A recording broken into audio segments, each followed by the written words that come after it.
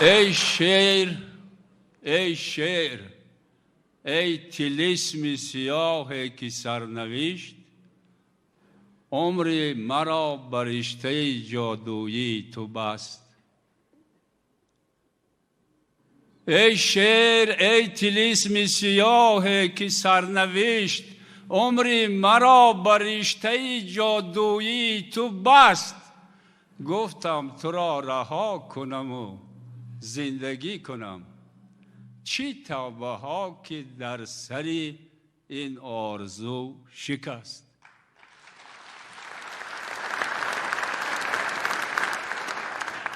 گویند که شعر مایه درد و غم است. گویند که شعر مایه درد و غم است. شاعر نشود کسی که او به علم است.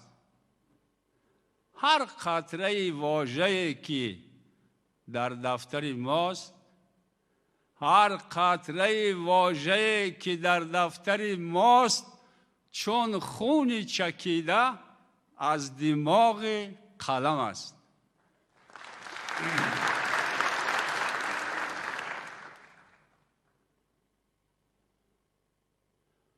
شاعران را مگذارید نبوسیده به خاک. شاعران را مگذارید نبوسیده به خاک.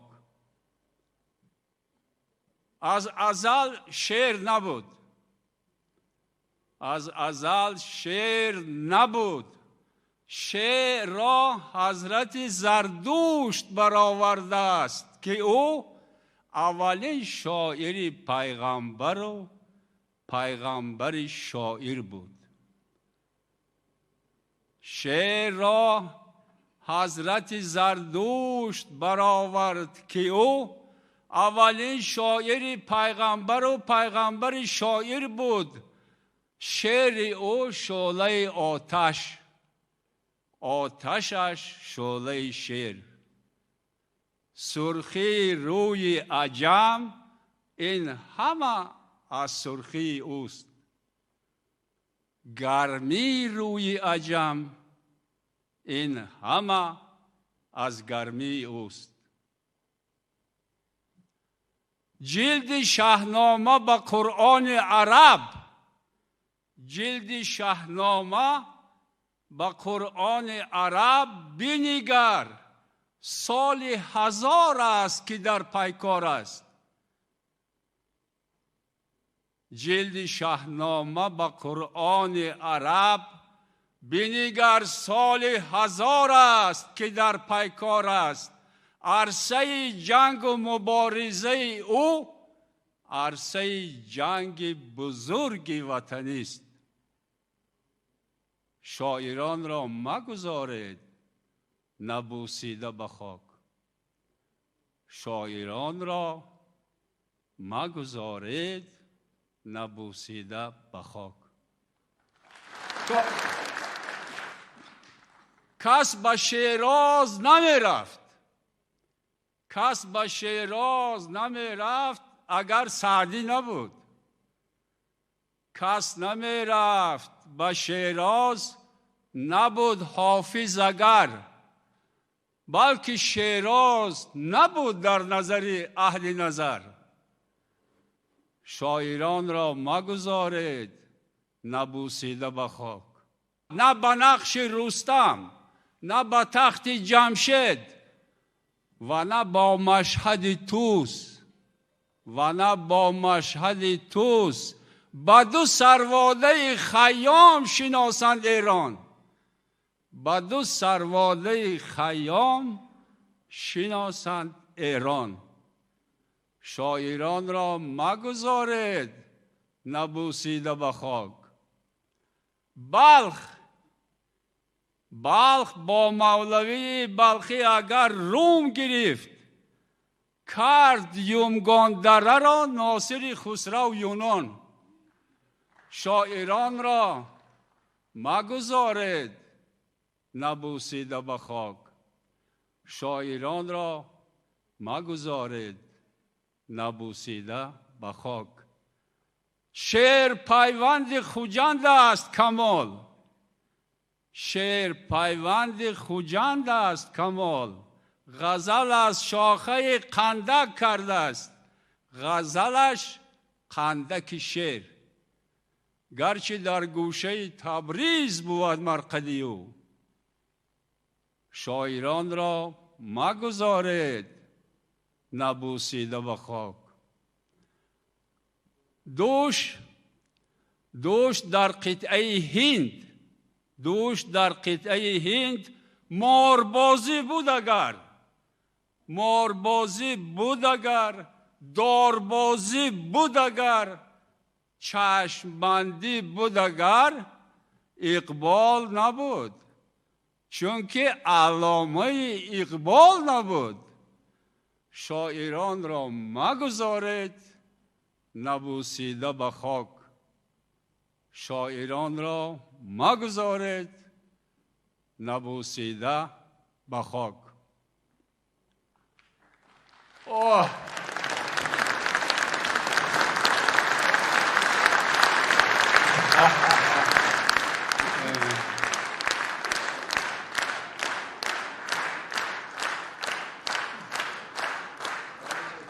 یک چیز بزم ما خاصه بزم شعر و شاعری و غزل و سرود است، دیگر یگم تنتنه نیست. برای همین هر مسئله و پرسش و هر خواهشی که در نسبت ادبیات و شعر و شاعری باشد می توانید اینا با واسطه خط بنویسید یا که به واسطه گفتن گیرید از مجاهدتر هم می شود. یک چیز است در آدم که همه کسب و کار رقیب و رشک دارد. در کدام کسب و کار نکنید فرق ندارد، هم رقیب ها دارند هم رشک و حسد. از جمله شاعران، از جمله من بسیار حسد میبرم وقتی که یک شاعر یک شعر میخواند یا که یک میشنوم از کسی یک شعری خوب، افسوس میخورم که ای من است، افسوس میخورم که شعری من است. یک وقت از بسیار شعرها افسوس خوردم و یک تاش میگه در یک صحبت همین سید قطب گفت که یک ربایی خواند، بسیار ربایی خشروی، خیلی بدول در خاطرم است که ای شرشرموی بید مجنون منی، سر تا قدم ارغوان گلگون منی، از جوی به جو شناوری در خونم، گلماهی جویه جویه خونی منی. ما آب شدم غلطیدم. بعد ما گفتم که گفت که ای تو؟ نه من خیلی گفتم نمیتونم. ما گفتم این ایمان نیست. نه گفت آقا هست تو همین آماده تمامی ورقا و کتابا را چاپا و راستا کردم، گفتم که می راست مگه یا نه؟ ده ایما همین قدر در وجد آمدم که دیگر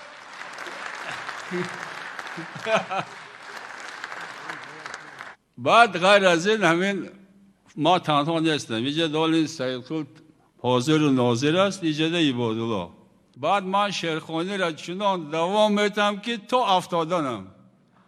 به پروا ششتم گیرید، به پروا. اینا با ما را گلدستم آورده است سید قطب.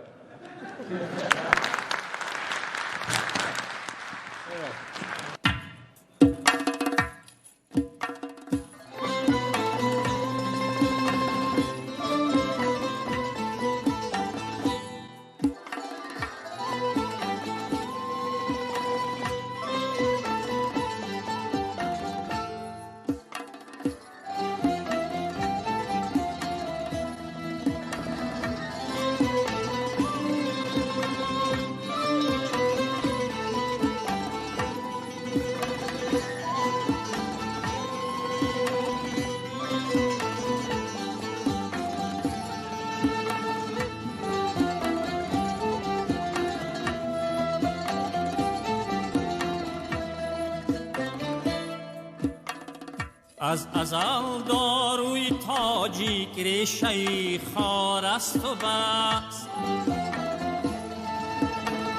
لیک تا 70 پشتش بوی سینا می کند.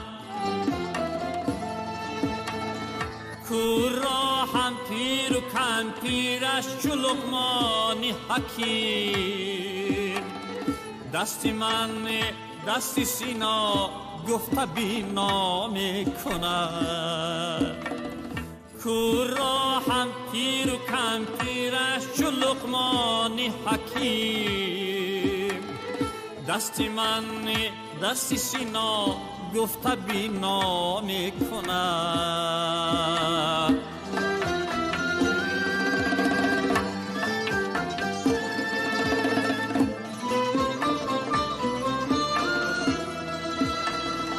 قصه مرغ سمندر پیش من افسانه نیست، سرگذشت مردمی پیچیده فریاد من است.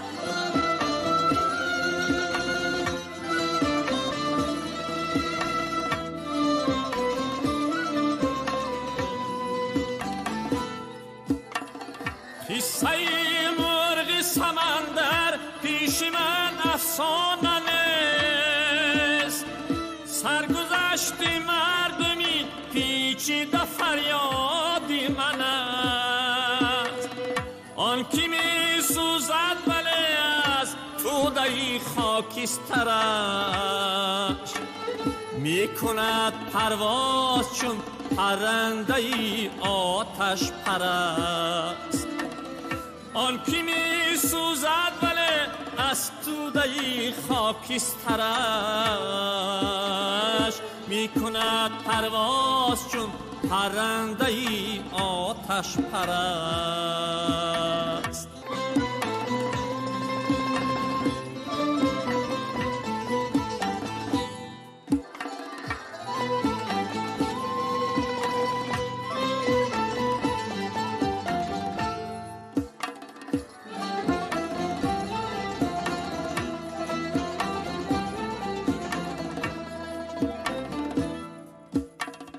عصری تاراج خراسان بود عصری بو علی،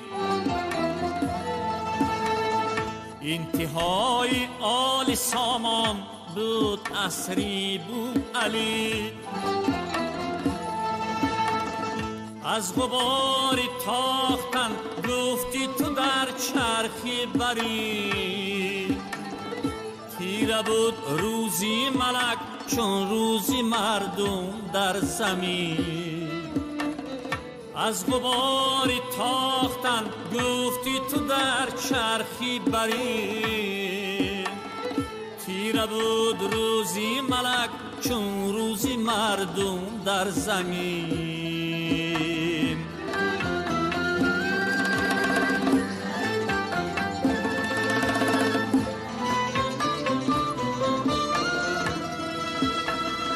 ساعتی چنگیز دیواری بخارا را شکست، تیغ تیز و دشنهایی تشنه خونش بدست.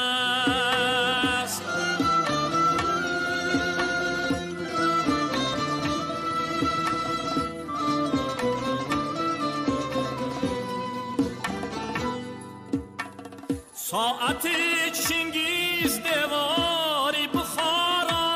شکست تیغ تیز و دشنهایی تشنه خونش بد است خلق تاجیک تیغ درمان بخش سینا را گرفت تیغ درمان بخش سینا روی دنیا را گرفت خلق تاجیک تیغ درمان بخش سینا را گرفت تیغ درمان بخش سینا روی دنیا را گرفت تیغ درمان بخش سینا روی دنیا را گرفت